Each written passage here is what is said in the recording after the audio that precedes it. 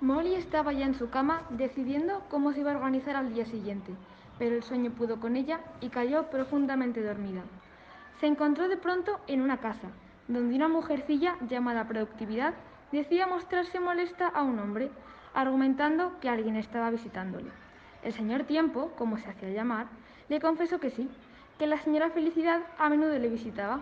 Productividad manifestó que eso era horrible para ella, porque la felicidad a veces no permitía ser productivo.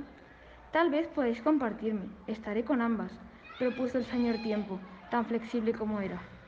Pero la señora Productividad no acababa de convencerse. Llegó entonces el señor Ocio, amigo de Felicidad, y argumentó que divertirse era primordial. También apareció la señora Disciplina, compañera de Productividad, y declaró que sin firmeza nunca se podría llegar a ser nada.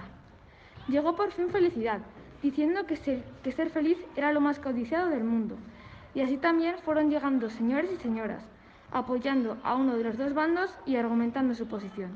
Al final se había formado una discusión sin pies ni cabeza, cada cual pidiendo una cosa o la otra, pero ninguno dispuesto a dar.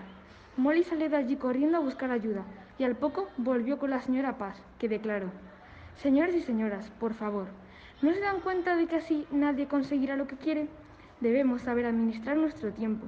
El señor tiempo no es infinito y debemos saber apreciarlo. Por favor, para tomar deben saber dar. Si no, nada tiene sentido ya.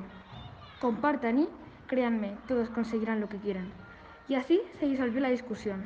De pronto, Molly se encontró de nuevo en su cama y se levantó de un salto. Ya sabía perfectamente qué quería hacer.